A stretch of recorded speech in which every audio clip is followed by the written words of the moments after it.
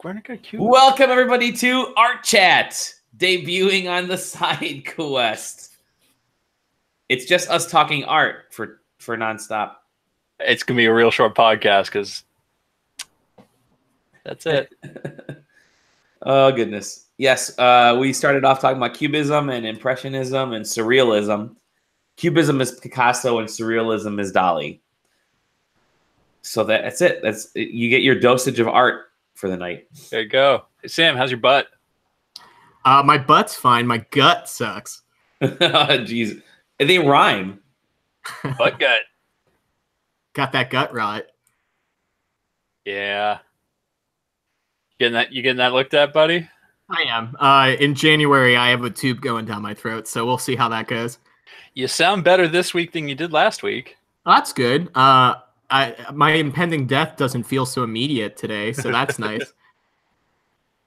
What about you, Dali? You got any poop problems? You got any intestinal issues? No intestinal issues. I did just run to the restroom real quick. That's why we were a couple minutes late on starting. And I did get my alcohol. I am Dali Domovsky. That beautiful voice you were just hearing was Aaron Kelly. I do not have a radio voice. No, you do not. But you do wear a wonderful scarf, my friend. No money to pay for heat, so he's wearing a scarf. We also have Sam Dixon, who's... That's more true than you know. Yeah, I believe it. I believe it. And we have Sam Dixon also on the line. Hi, Sam. Hi, caller. Hello, friends. How are you? I like how it's just your picture is just dark now. It's just a blank screen. Oh, is it? Huh. Mhm. I wonder where that went. Not even a logo. Does it think I have a webcam? It might. Weird. Yeah, I got my first winter power bill yesterday. Oh no. Yeah, so get this. My first power bill, which was from like the last day of August to middle of October, $103. I was like, okay, that's decent. All I run is my computer and my mini fridge and a lamp. From middle of October to first week of December, second power bill, $288. Yeah. That's fucking crazy. It was high enough. It was high enough that I mentioned it to my mother, and she was like, "Are you sure that bill's not for 4 months?" I was like, "No, I had this 2 months," and she was like, "That's more than my entire house." Like, that is, yeah, that's more than what we pay. It's because my apartment's not insulated, so it doesn't matter how long the heat's on. It never reaches that point where it turns off because the apartment's warm enough. It just keeps clicking on. It's not good. It's very expensive. We bought ourselves one of those Nest thermostats that seems to help us out a little bit. But yeah, I keep it cooler in the house and I wear like sweaters and stuff just to save a couple bucks here and there. What's cooler for you? Like, what do you? I'm trying to think in. I'll do it in F. I've got the converter up right now. Okay, you got the F. Cooler for me is like I can handle like around 66 degrees. Yeah, so I'm set. I don't ever go higher than 59. Oh my God Almighty! And my power bill was still that. That's so you're leaking power somewhere. Leak. I emailed my landlord. I was like, "Are you sure that this apartment's not connected to like another grid in this building?" And somebody else like, "Because this is way too high." And she's like, "No, it's just higher in the winter, and also we're not ever gonna fix it." So that's just my power bill. That's you. It seems like the stories that come out of you every week, Aaron, are phenomenal. Whether it's teeth like exploding or vape nage or you know. I was at work the other day, and I happened to reach into my coat pocket because I was looking for a scrap of paper I had something written down on. And there was something in the bottom of my pocket. I pulled it out, and it was a piece of my tooth that exploded that I had lost and didn't put in that little jar. Like it was just in there. I don't know how it got in there. That's amazing. Yeah. Oh my Lord. Well, this is a good way to kick off the podcast. Art history, exploding teeth, lack of heat. We're already on a good clip right now. Sam's intestinal issues, and my drinking. It took me a while to recover from that podcast last week. By the way, I was pretty lit. I went to work and basically just laid my head on the counter and for most of the day. My coworkers are wondering why I was like really sluggish that Friday. The best podcast of the year. Well, we have a good show today. We're gonna spend the majority of it talking Smash Brothers, I feel. Probably. But before we do that, we could talk about some other games first. And I want to start with you, Aaron. How much HQ trivia have you been playing? At least once a day, every day, sometimes twice if I remember to pick it up at work.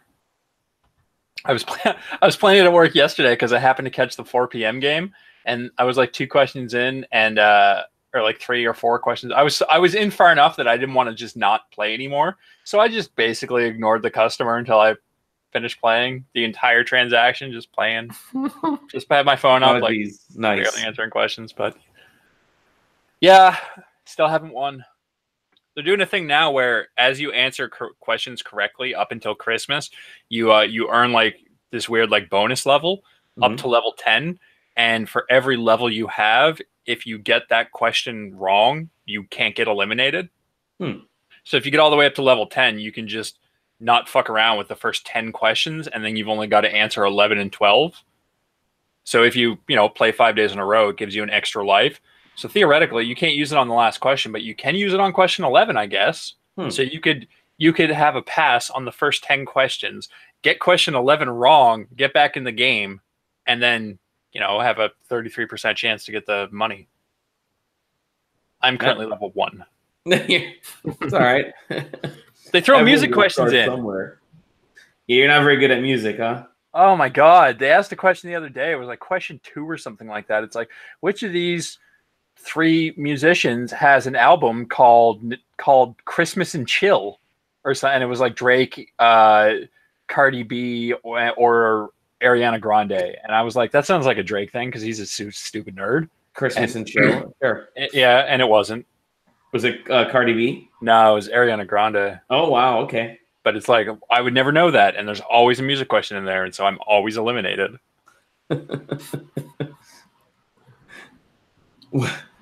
What song?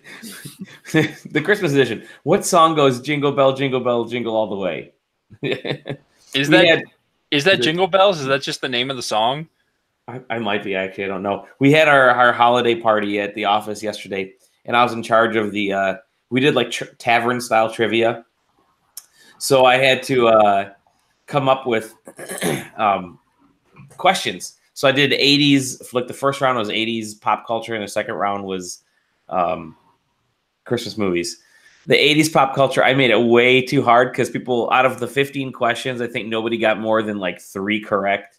I'm asking like, who's the guitarist who played the guitarist in the music video for Duran Duran or whatever, Nobody was getting the questions right, but yeah, the music questions were the ones that nobody had any answer for. So I can understand that. Surprisingly. Yeah. And that's basically all I've been playing. Okay. Good deal. Yeah, I don't think I've really played anything. I've been playing a little bit of Civ 6. I've been playing a little Slay the Spire, but those are like, old games. And I'm going to be looking at a game probably sometime this week called Dawn of Man. Ooh. Which according to the email that I got, there's no embargo of any kind. So feel free to stream or publish any footage from the game. So I can just talk about Please, it, I guess. Feel free to stream or publish. Okay.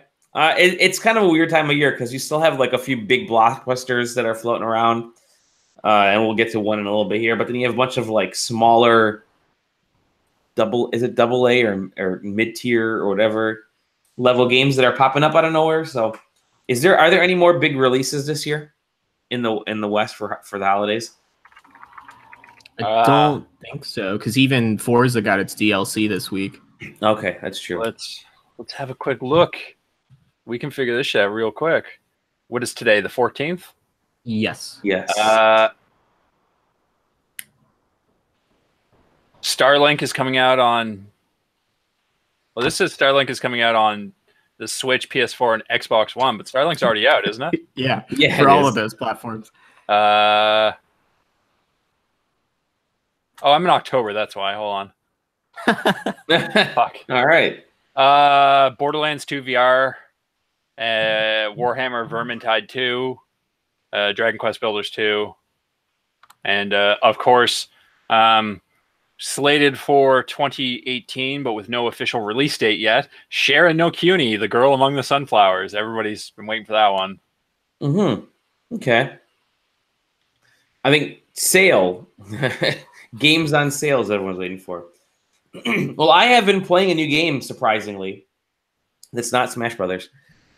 I've been playing and reviewing. I think it's Gear Club Unlimited 2 for the Switch. So it's a racing game. It's not Forza. I have Forza sitting over there right now. I'm looking at it in the case. But I got handed the code for Gear Club 2 on Nintendo Switch console. And holy shit, that's a really pretty racing game. I'm surprised that they were able to fit that look, that level of quality on the Switch. Yeah, there's still some pop up and a little bit of hairiness here and there, but for what they've accomplished, it's actually really good. So the Gear Club games are sort of these mobile games, and they ported the first one over to the Switch back. I think it was maybe it was earlier this year or end of last year, and this new one just came out, I think, on Monday, with a few more cars, much better visuals, and it's more kind of based on, based on the Switch from the ground up. So it's less of a port of a mobile game and more of an actual game developed for the console. It still has some mobile tendencies, like you can build up your garage and put plants and shit for no reason. I don't know why you'd want to. That's it's something that people like to do in mobile games, I guess. This is an Animal Crossing or Car Crossing. But the visuals are real nice. The only real issue I have with the game, it's a little grindy with how it kind of proceeds through the career mode. It's a pretty long career mode, and it feels like a cross between they're trying to play catch up to Forza, but they don't have the technical skills and understanding. I think it's actually made up of a bunch of former Test Drive or Top Gear or something designers, and a bunch of other car racing game designers. But the Switch obviously can't pump out the power that the Xbox One X can do, so it doesn't look as great, and it doesn't function as great.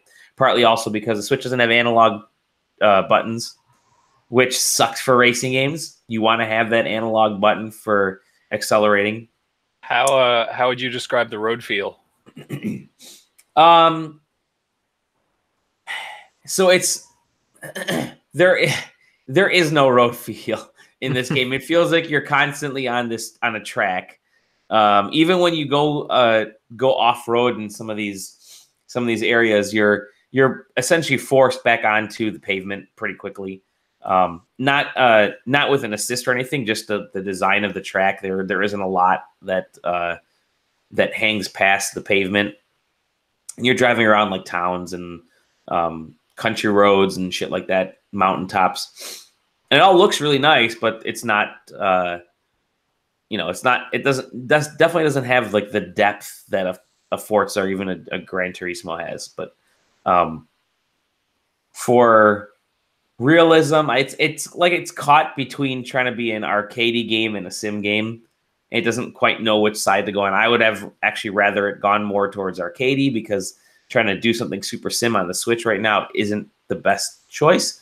But it's still a pretty solid racing experience. I'm actually surprised. I didn't like the first one very much. But this is definitely much more improved, and it's held my attention, where I can just pick up a quick race. And the races are pretty quick. They're only 2 minutes long, 3 minutes long at most. But it actually has a rewind feature, so you can see they're aping a lot from Forza.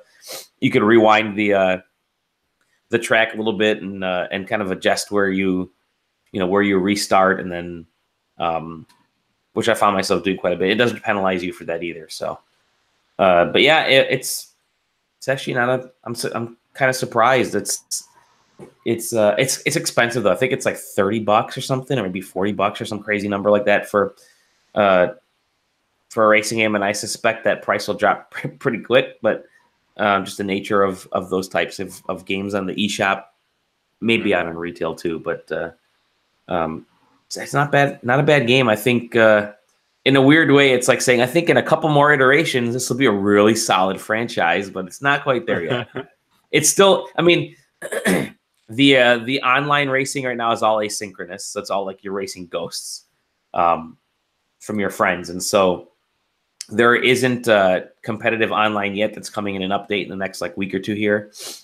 And so I've been playing local, and I've been playing online, but with like ghost racers and stuff. You can kind of create your own clubs, your gear club, and sort of compete in I think it's like a weekly league or something like that. But there aren't a whole lot of people playing right now, which is kind of a shame because I think the club feature is actually a really neat idea. What was that? Sorry, an alarm that I did not turn off. My bad. Nice. But yeah, I'm actually, I'm hopeful that they can, if they can have continuous updates for this game, I think it could actually build up a little bit of a following, which could be kind of cool. So yeah, it's not a bad game. It's weird to say it because usually like these racing games that are not Forza or Gran Turismo or something like that, they don't hold up well, but I have a little bit more faith in this, probably because it's one of the very few racing games on the Switch of this type.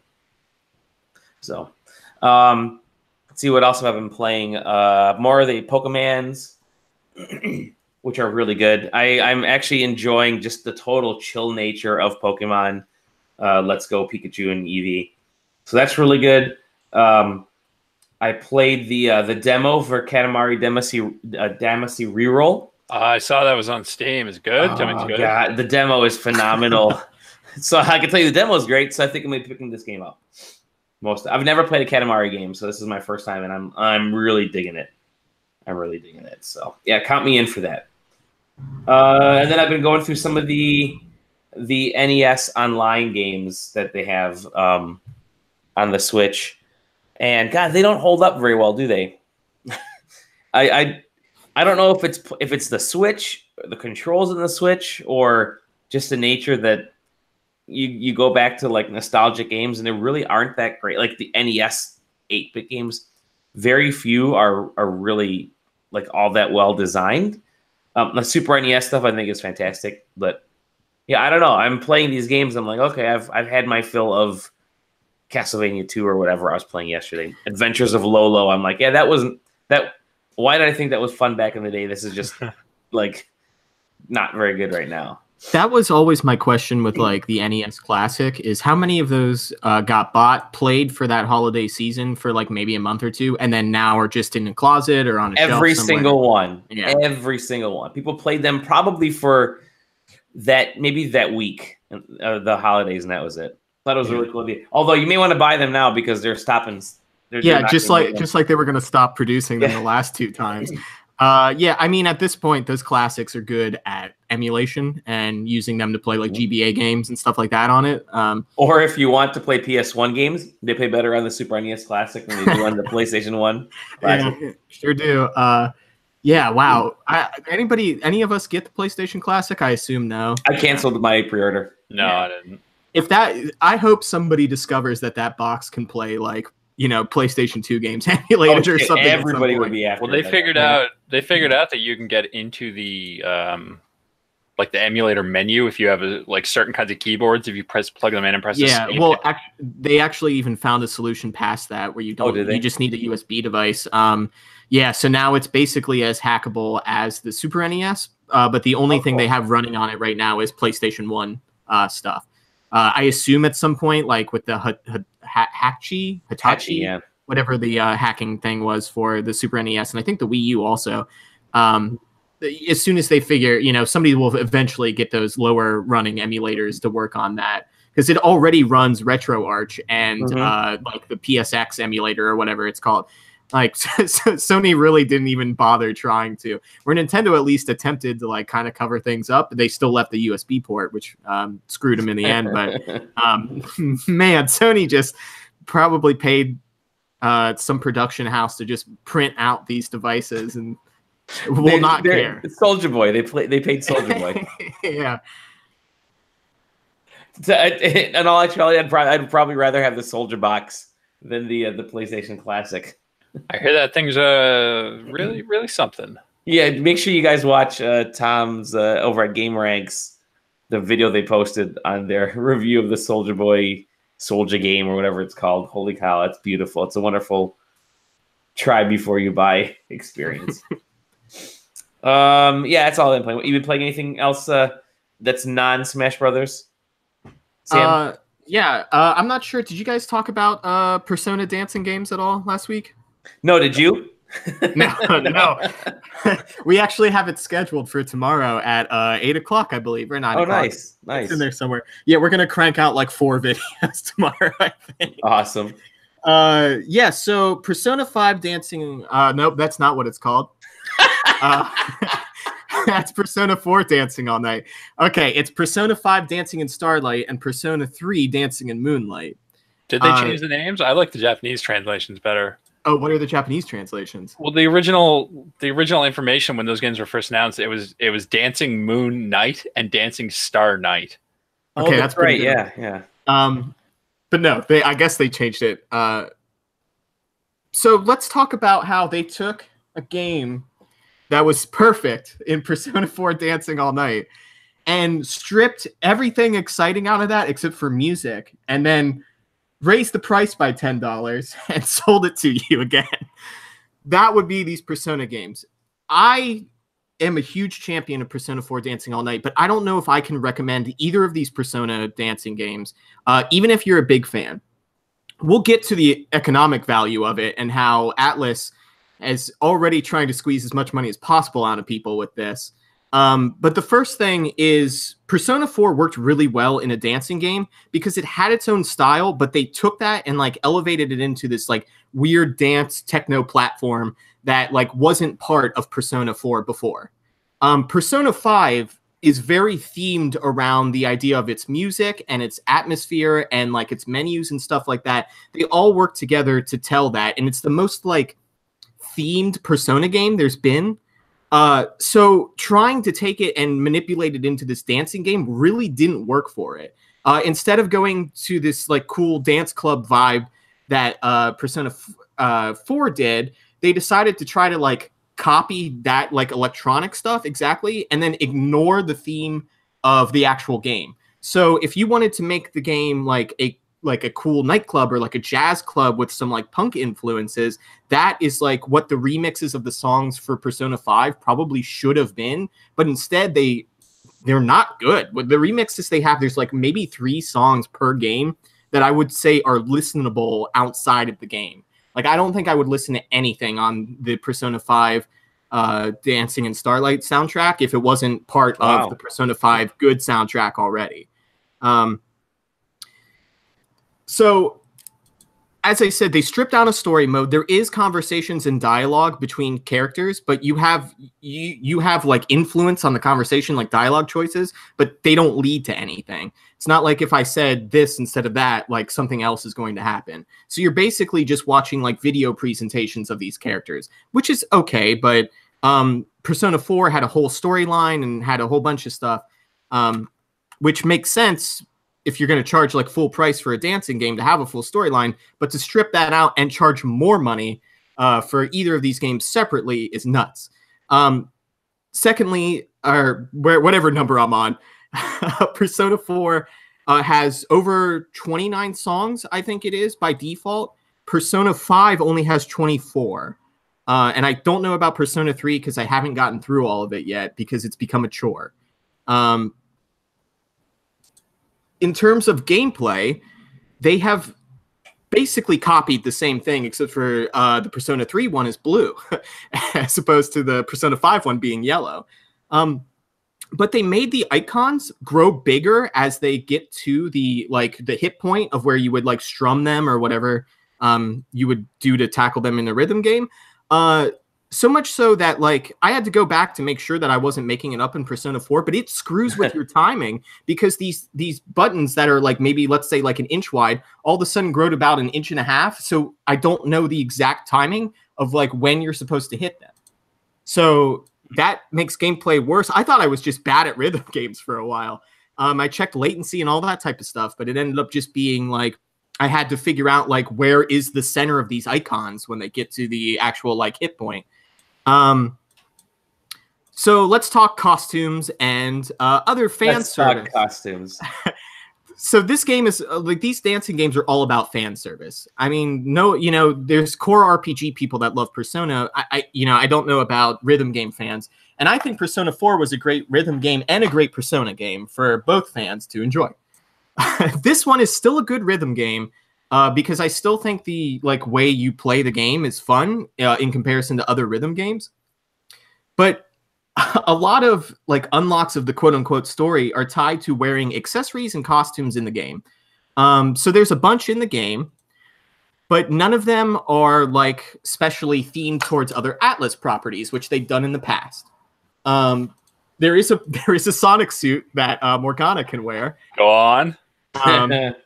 Which there's a great line in that game where Morgana goes, what am I, just some mascot or something? And then like you play the song that comes out after that and you unlock like the Teddy outfit and like the Aegis outfit for him. So yes, you are the mascot of the game. So if you go on PSN right now, you can buy the Persona 3 and 5 season song pass for $25. You can buy the accessory pass for $20.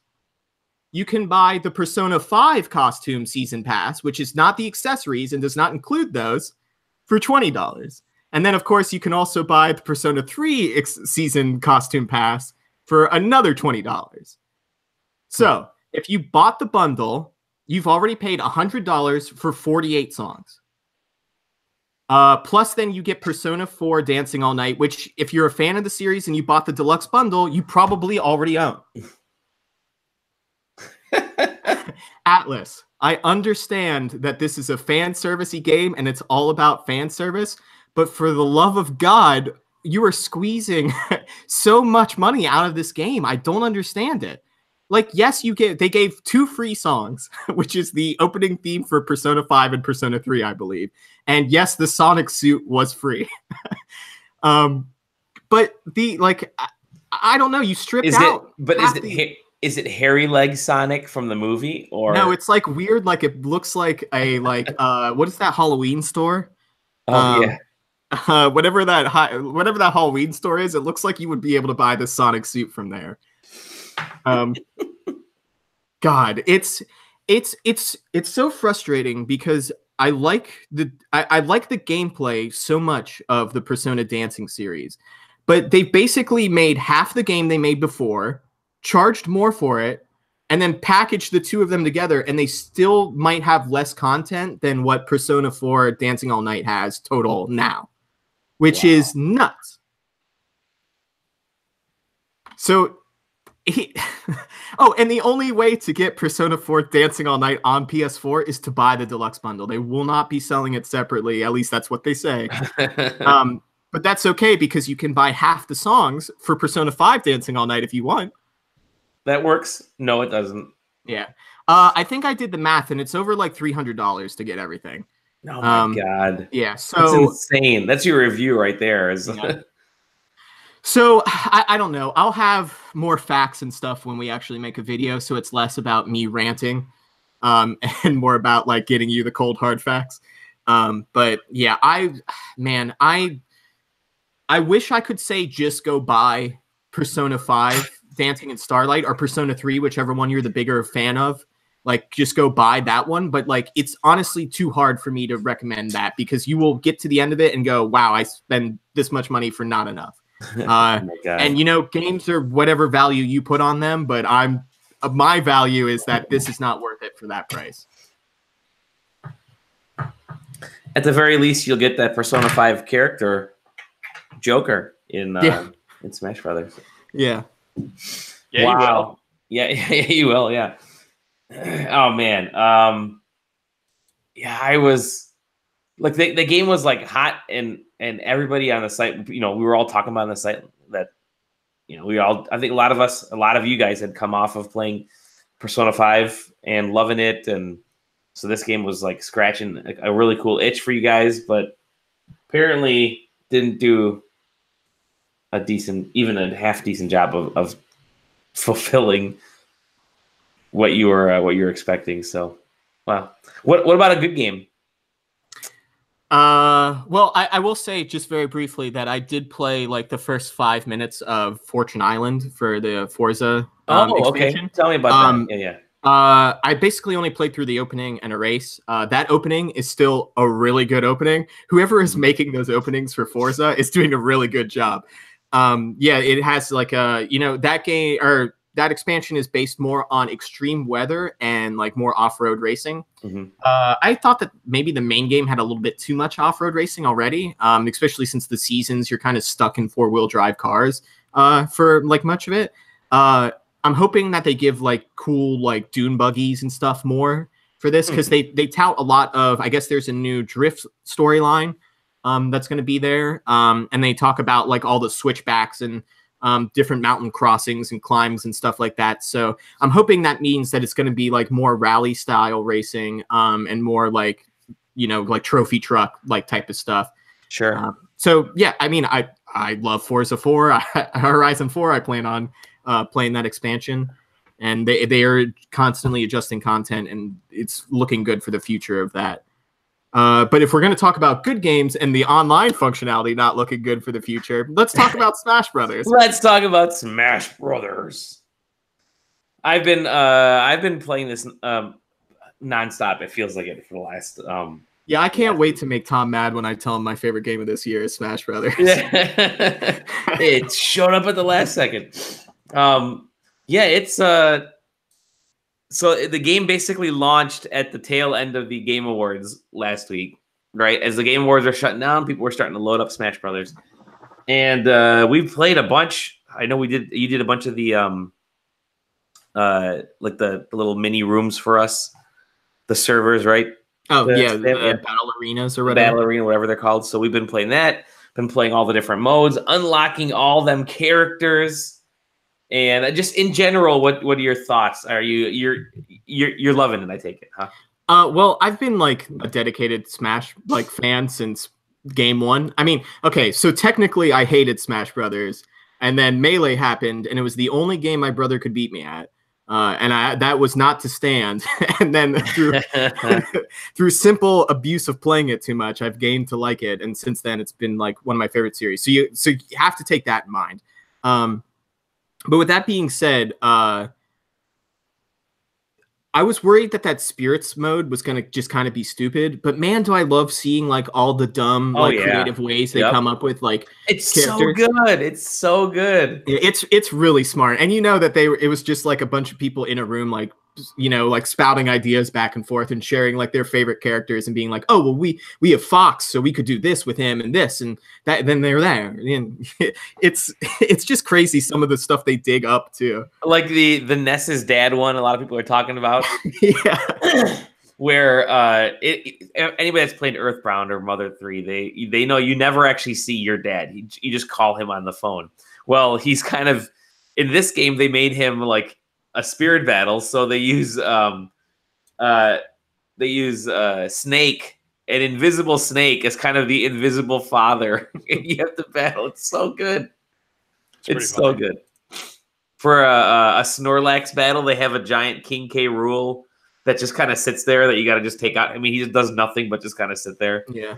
Oh, God, that's so good. That's the funny thing is there are spirits that are like, some of them are supposed to be super difficult, but then there are other ones that are just, I feel like, put in there to be funny. Yeah. Or like just to be silly. And those are always good. The World of Light, I mean, it's just those spirit board battles, but like more focused. And you sometimes have to unlock some things from one battle to like get a certain spirit that can help you in a different battle. Oh, that's true. Like you have to find like a boatman spirit. Or no, it's the boat guy that takes you to the island in Animal Crossing. If you can find his spirit, and then there's the section of the map that needs like a boat to cross. And if you find that spirit, you can use it to get across. I know there was one where there's one of the battles so there's like these little dojos and arenas set up throughout the area and shops and stuff. And one of them is blocked by a battle where there's constantly wind blowing, and on like 2 little islands that you're on, 2 little platforms, and if you fall into the water, you sink instantly because you have no, you can't swim, and so you can get a spirit that gives you swimming powers in situations like that, and so you go back like halfway through the spirit mode, you go back and you get that spirit and you go back and open that area up. So it's kind of interesting. I guess we'll just go clockwise around the modes. Let's do it. So there's Smash, which is your basic, like, everybody's here. Let's play 4 to 8. Everyone's here. Yeah, 1 to 8 players, Smash Brothers together. I mean, and that's pretty much the same. You choose your map before you choose your characters now. Then one nice addition that they've added is the ability to preset all of your settings for Smash mode. Yeah. So that's helped with our online stuff. So I have like all the maps that move deactivated, no items, like all that stuff. So, and that carries throughout any mode that you're playing with other people. So making it in the Smash mode in single player carries that setting over to the online mode. So you'd be able to just get right into that. And that's, I mean, it's pretty straightforward. If you've ever played Smash or a fighting game, that's your default mode. Then let's see here. I think I don't know what the mode is called. I know it's blue. Collection, is that what it's called? It's like a vault. I think it's vault. That's where like your classic mode is, where you just choose a character, choose your difficulty level, and play through like 5 or 6 themed matches, and then fight a boss of some sort. That mode got like a kind of like more interesting spin to it. Like if you play as Fox, all of your battles will be against like spacefaring like opponents. So like one of the last bosses or one of the last characters was Wolf, obviously. But I fought against like Captain Falcon. I fought against like Zero Suit Samus. And then like what was it? I think it's Pokemon trainers. You fight against all the other Pokemon in the game. Oh my god, yeah, that's right. Yeah. So they do like interesting stuff like that, and then some characters have most characters have like Master Hand or Crazy Hand, I think is the other one, as the main boss at the end. But then some of them have like other characters that you fight at the end, like there's Simon. like themed ones for like the Mario characters have like a lot of them will have Koopa and some version of Mecha Koopa or whatever. Yeah. Or like Simon will fight like Dracula at the end, or I think Mega Man probably fights that yellow dude. That's on that one Mega Man map. Sorry, Pac-Man. Mega Man. Pac-Man, yeah. For the main boss, and then you get a nice like arcade like Galaga style shooter. Yeah, the menus. It's actually kind of fun. I think I spent I kept winning classic mode just to play that over and over again. Yeah, as the credits roll for classic mode, you get to play that like little arcade game and earn rewards for doing it. And they've always had something like that at the end of most of the Smash Brothers games. That's also where you find like the mob smashes, which is like Century Smash, which is fight against 100 opponents that are really bad. Cruel Smash, which is fight against as many opponents as you can. That'll kick your ass and you'll probably die within 1 or 2. And I think it's All-Star Smash, which is you have to fight every character on the roster. So 70 odd characters to fight. And those have been in past Smash Brothers and stuff like that. And then you have the vault section, which collects all of your like records and stuff like that. Who fought who, how many. I think there's a shop in there too where you can buy spirits with coins you earn for playing Smash battles and online battles. So that's where your system settings and stuff are. And then you have online, which is the real sticking point at the moment. It seems like if you have a group of friends and you're going to play on voice chat or at least have some way to communicate, the battle arena mode's not so bad. You can only play like 1 to 4 player matches or one-on-ones. And I guess we've never run into the issue because we've only ever played with up to 4 people. But I guess it's the person who's running the arena's job to choose who fights and when. So like you can't just drag yourself in the match. The arena person has to choose to drag you into a match. So wait, really? Yeah, so I think there's a way around that because you can do where the bottom 2 automatically switch. Okay. So I think you can get away with that if you wanted to do it that way. But if you didn't want to do it that way, I think the arena, and well, you could technically remove yourself, I think. But I think it would be up to the arena master to like remove you if you refuse to do so. Which again, if you're in a group of friends, like unless somebody's being a real dick, like you'll be fine with just doing whatever. So I don't think there's really a huge issue with that, other than you have to get after every match, you have to go out of a menu to go into another menu to change your character. That sucks. And there's no way to be like, okay, well, I would just want an automatic rematch or whatever. If we all hit the same button, like we're all ready to go. So there's none of that. But then the other online mode, which is the big problem with people right now, is where you put in what sort of settings you want, and the game matches you with somebody who, quote, is near those settings. That's not the case, it seems. Right. It seems it seems the game has been choosing match stability over like the choice of what you want to fight the match in. So you have people that want to fight like all serious with no items, battlefield only or whatever. They're getting into like Final Destination. Yeah, they're getting into 4-player smashes on like poke floats, not actually in the game, with like all types of weapons and smash balls. It sounds like Nintendo has said that they're going to try to focus more on what your rule settings are over latency in a patch that's supposed to come out soon or might have already. I know there was a patch yesterday, but I didn't read any updates. So let's hope. I know there is actually a ranked mode that you can get to, but I think you have to play like something like 20 matches online before you can unlock it. So yeah, you have to unlock everything in this, right? Yeah. So it's it's one of those things where Nintendo has once again like done that Drake theme, like wave away to pro players, and has like has looked at the casual fans and been like, cool. And I'm not a pro Smash player. I've played Smash very seriously in the past at tournaments and stuff, and I'm totally fine with that. I've never cared about wave dashing or anything like that. I think Smash is a great party game and a great like fun competitive game if you're willing to be competitive about it. And I think all games can be that way. Mario Kart can be competitive if you really want it to be competitive. It's just however you choose to play it. And I think Smash Brothers gives you more choices of how to play it than it ever has before. And I think that's the big selling point. Oh God, yeah, totally does. Totally does. Yeah. But what about if I want to play my favorite character and it just won't pop? So go ahead, Sam. There's something interesting I want to mention about this. So my only argument about that is that it makes you better at the game to have those unlocks staggered like that. Because you get 8 characters to start, and you have to. And they're really only like it's like every 2 matches or like 5 minutes. Yeah, it's like every 20 minutes is like effectively like how it is, and you can manipulate it to get it faster if you want. Yeah. But I think it's a smarter idea because it forces you to get to know characters before you use them and before before you can just jump to them and never play anybody else again. If like, let's say my main was like one of the starting 8, like, then yeah, I guess I'm, whatever, like I'm perfect. But if my main's like the 30th unlock, I could be upset about that. But if I'm going to learn the game and I'm going to become better at the game, I need to know what these characters do.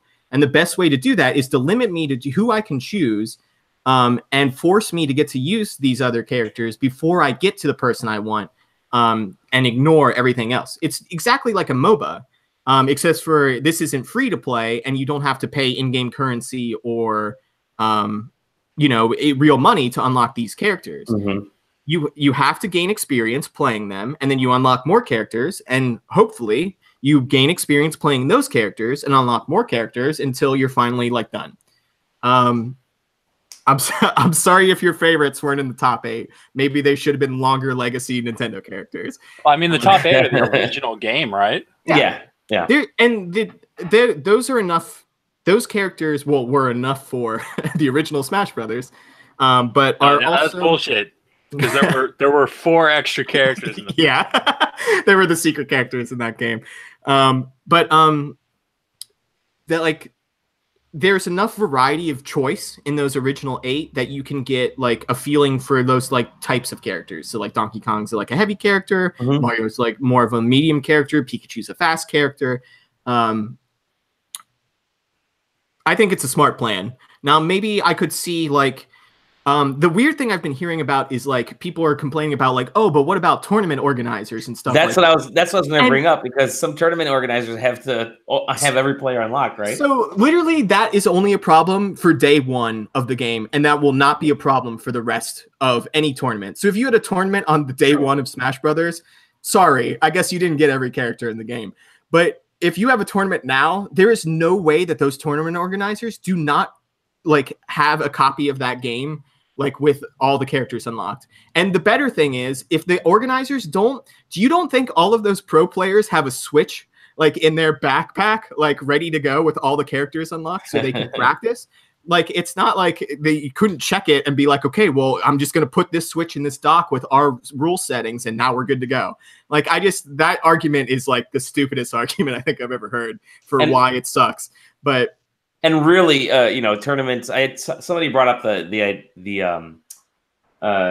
commentary that all you have to do is just have the consoles available for people to play for like the 3 hours before the tournament, and they'll have everything unlocked, right?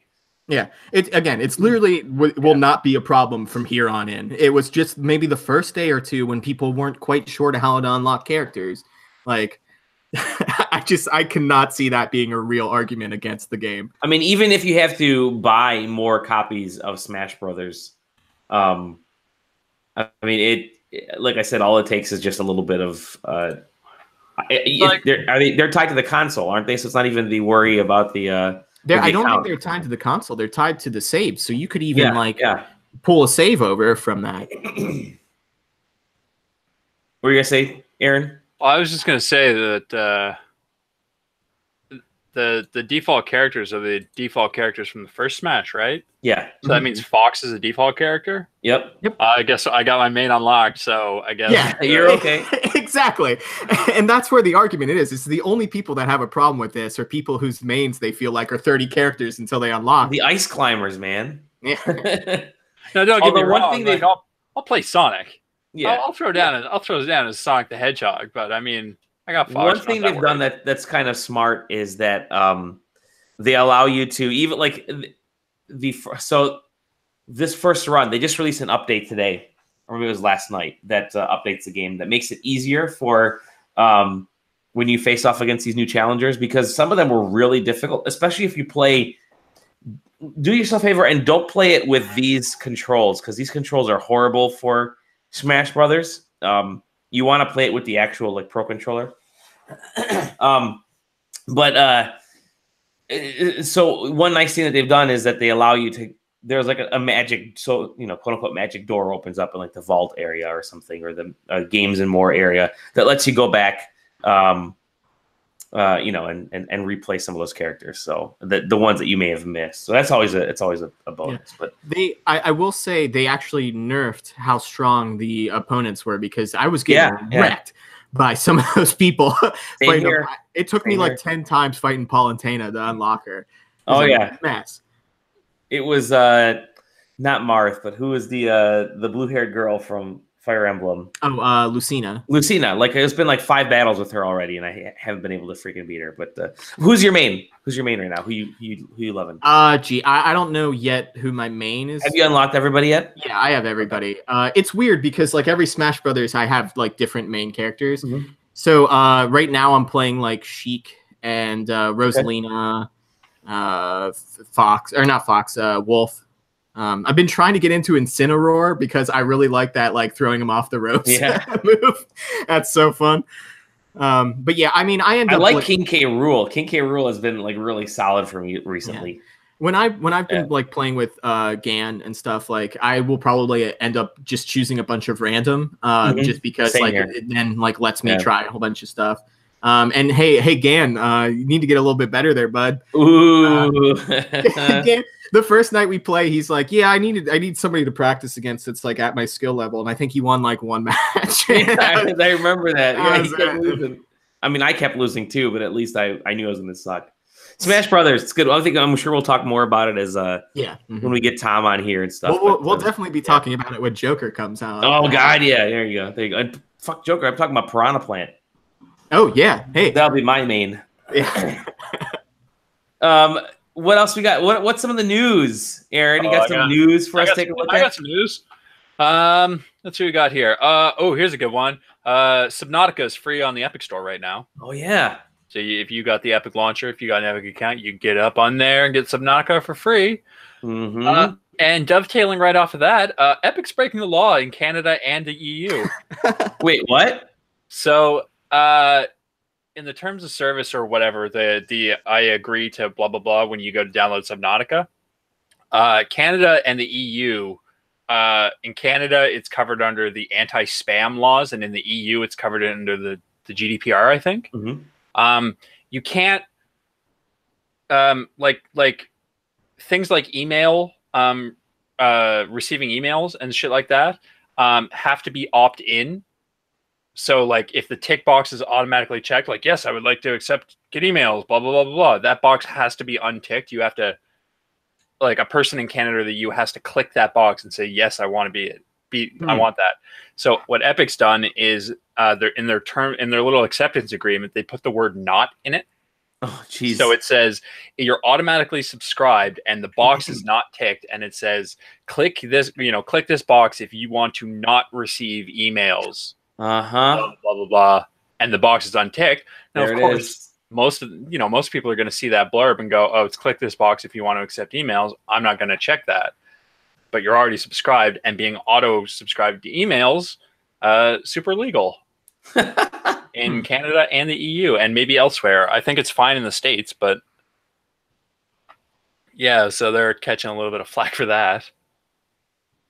Big shout out, by the way, to Jordan at Jafer, who says he's driving Las Vegas right now, and it's amazingly better thanks to listening to us at SideQuesting. Yay.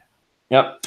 What else I got? Since I'm talking about Canada, PSN, PlayStation's digital marketplace, going to start charging sales tax in Canada in 2019. So them $70 games, which are $60 games for you guys, are now going to cost $1,000. Probably like $83 or something like that. So for a base game.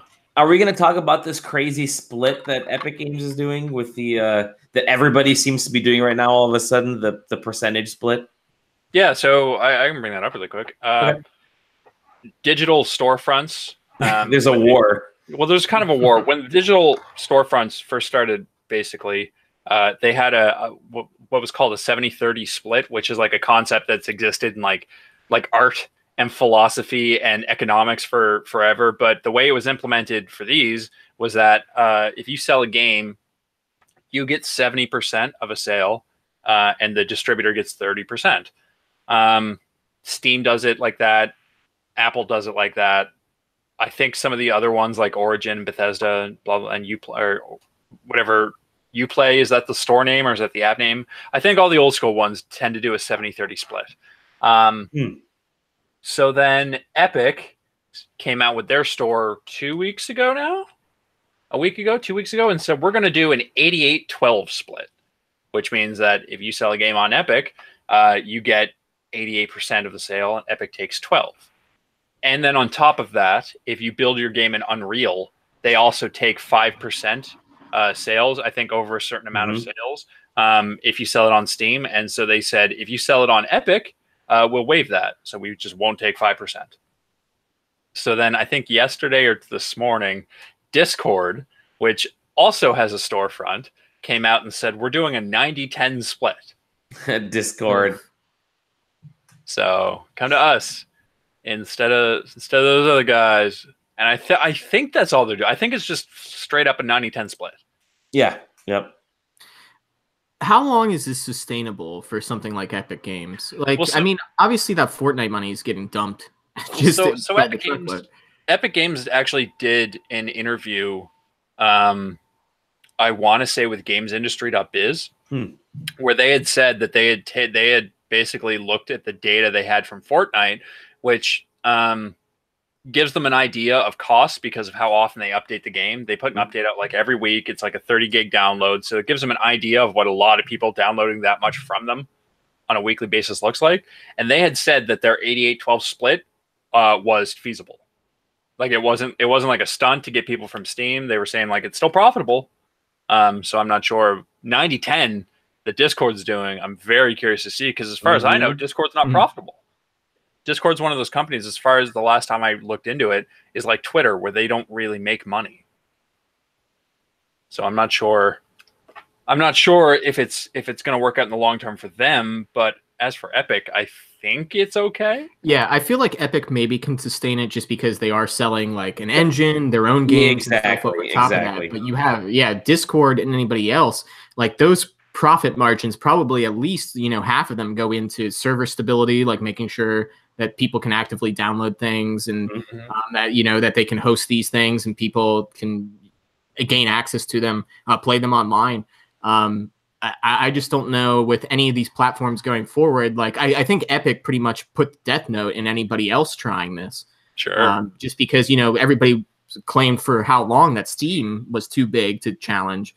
And now like Epic coming in and Epic being even more aggressive than Steam. I just don't know how anybody other than those two really could support themselves. There was another one that had been announced that gave something even crazier of a split, like a 95-5 or something crazy for indie games. I think we're at the point right now for this type of stuff where it's a lot like Netflix and Hulu and and Amazon Prime, where you're getting all these streaming services. They're all fighting over. A lot of them have the same exact content. It was Microsoft. Microsoft. There was another one too. There's another one. It was like an indie based. I have it in my email somewhere, but it's just kind of crazy that there's so many of these things all of a sudden in the last like week or two popping up, and they're I don't know how sustainable it is. Apparently, Apple and Google have both switched to an 85-15 model. Did they really? And Microsoft Store is a 95-5. And then that change was from 7 months ago. So, yeah, that's crazy. 95-5 doesn't seem very good at all, but like, although it's like it seems very like good at all for Microsoft, I should say. Although it seems like it's gonna like cause like bad problems for like competition, the good news is for at least the like immediate future, I think gamers are really gonna benefit. Because you're gonna see both Valve and Epic be very aggressive of making sure that either exclusives or like content that you can only get for free or whatever comes to these platforms. Like I think it was incredibly smart of Epic to basically reach out, grab Supergiant, and like remove that game from ever coming out on Steam. And that game is coming out on every platform imaginable at some point. And skipping Steam is like, would be a huge misstep for a studio. But the fact that Epic is the one that's like supporting you, like maybe it's viable. They're already giving out Subnautica and Super Meat Boy, which are two very good games for free this month. Steam occasionally does free weekends, but as far as I know, they don't personally hand out free games. I don't think Valve does that unless it's like, oh, it's a winter sale and like, Orange Box is like 90 cents because who cares at this point? But yeah, I think Steam is going to have to start either like looking to do exclusives. There's talks of them like obviously developing new games. Those games won't be on Epic's platform. But you're going to see a lot of these people chasing developers here. And it's really not impactful to the consumer because I can download both storefronts. I can have both. I don't have to pay money to have either of these accounts. I've had this argument with a bunch of people this past week, and they're all just like, I don't want to be on another store. All my library is on Steam. All my friends are on Steam. And I'm just like, you can add these games to your Steam library. Like you can add the launcher in there.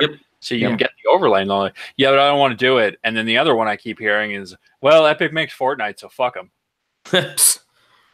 Well, that's on you. If you're going to skip good games because you hate one decent game, like that's on you. The one conversation that's been slightly different that I've had is a person doesn't want to buy anything from Epic because they came out and announced they'd locked down. I can't remember. I can't even fucking think of the name of the game right now. They got an exclusive for their store that had been already up on Steam. But hadn't come out yet, like some sort of Factorio, first-person Factorio type game. I believe Ashen was actually on Steam and had a Steam page. Wasn't launched yet, wasn't in early access or anything, but did have a Steam page, and then immediately got pulled after the announcement at the Game Awards. So like, there's some like, I would say shady business, but like, it's not like I went to Steam and was like, thank God that Ashen is coming to Steam. Like I would not be able to play it if it wasn't here. Like I don't know. I think the argument of not wanting to download, I can see not wanting to support Epic. And I get that because you can choose as a consumer to support whatever brand and cause or whatever you want. And I understand that, you might not want to directly support them by buying this game on their storefront. But how much? I mean, 12%? 12% of your sale is supporting Epic. If anything, you should feel as the consumer that that's the cost of making it available. If you really want to play the game, you got to do it. Unless there's going to be a DRM free version or something like that. Like, I mean, I truly don't give a shit. You know what I mean? Like, if I'm going to play the game, I'm going to play the game. If you're gonna boycott the games, I mean, more power to you. But if you're just going to buy the game anyway, then stop complaining about it, I guess. Yeah. Go ahead.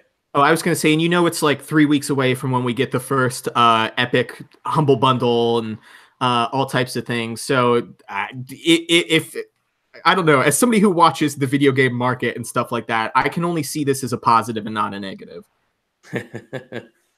Real quick, any other news before Sam has to leave us? Yeah, I got a couple of things. Artifact is hemorrhaging players. So somebody looked at some stats. Launch day, it peaked at 60,000 players, and then within a week, it had dropped to 25,000 players.